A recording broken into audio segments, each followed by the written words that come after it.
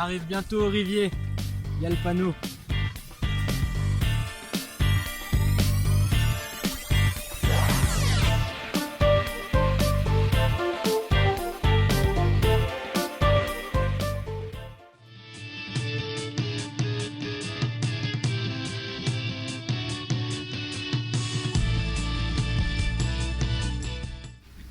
Alors ce matin on est parti, c'était bien couvert. On s'est dit bon, de toute façon on est sous les arbres, on va pas rester pendant un orage sous les arbres. On va essayer d'avancer jusqu'à un endroit un peu abrité. Et au bout de 10 minutes, c'était le déluge total.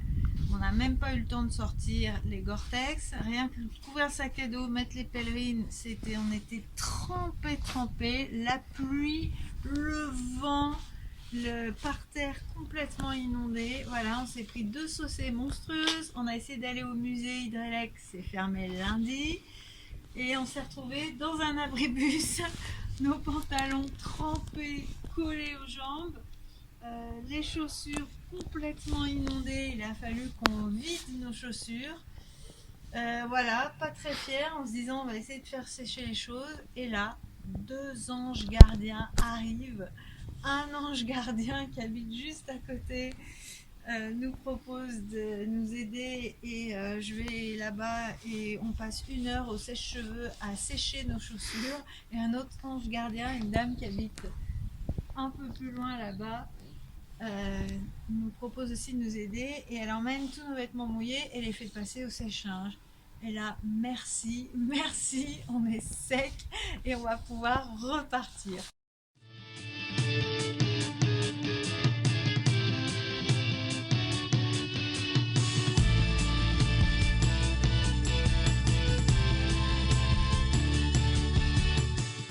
Et voilà, notre petite pause de midi sous les hêtres et les épicéas. Et là, on a une petite préparation de décoction à base de rameaux d'épicéas. Alors ici, on a une fougère qui aime bien les rochers humides et les mousses. C'est une fougère un peu spéciale parce que on voit que sa feuille n'est divisée qu'une seule fois, alors qu'il y a beaucoup de fougères. À nouveau, il y a des divisions ici. Et cette fougère s'appelle le polypode et elle est comestible. Alors qu'est-ce qui est comestible? Eh bien, ce sont ses rhizomes, c'est-à-dire ses tiges souterraines. Voilà. Voilà, on les trouve évidemment sous les feuilles.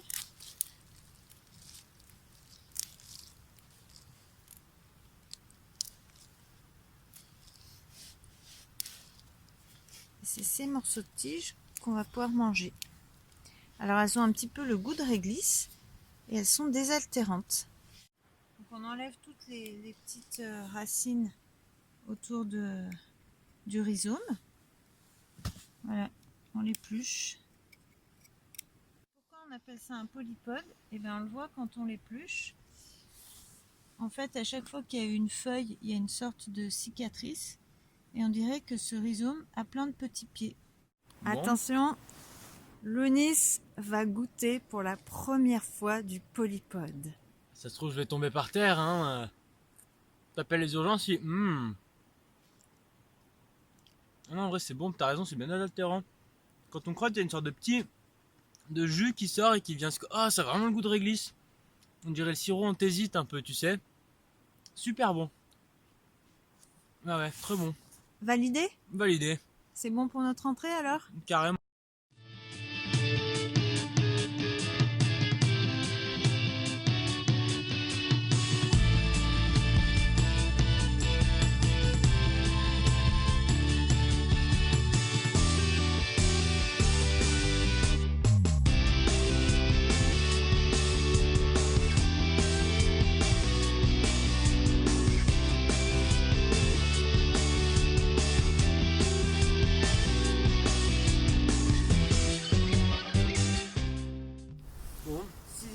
De cette expédition. Hier on a eu une journée remplie de pluie un peu torrentielle, de brouillard et de froid et on pensait arriver au Rivier d'Almont, mais finalement le chemin était vraiment très difficile en fait, très long et très pentu quand même.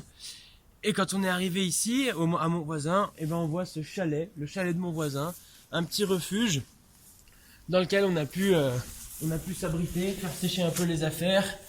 Et ça nous avait vraiment fait plaisir. Mais le problème, c'est que sur la carte, en fait, c'était marqué que il y avait un point d'eau là, quelque part par là, une espèce de petit lac ou une citerne, et que finalement, ben, c'est vide. Donc on n'avait pas d'eau, et pour faire à manger, il faut quand même de l'eau. Donc ça a été vraiment très compliqué. Donc là, on a quand même bien soif parce qu'on n'a plus d'eau du tout. Donc on va redescendre au Rivier d'Almont qui est un peu plus en bas. Et on espère pouvoir se ravitailler en eau.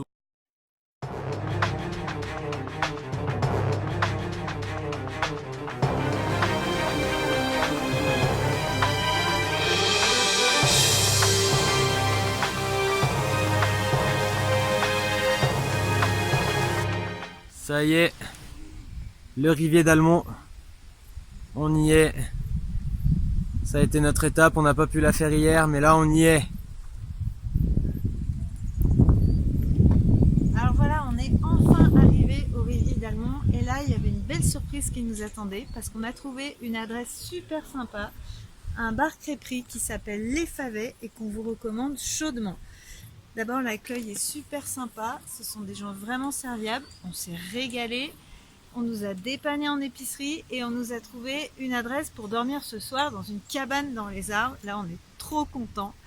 Et puis en plus, cerise sur le gâteau, à midi en terrasse, il y avait une famille de Nice vraiment attachante avec des enfants super sympas qui nous ont posé plein de questions et qui avaient trop envie de venir avec nous sur le chemin.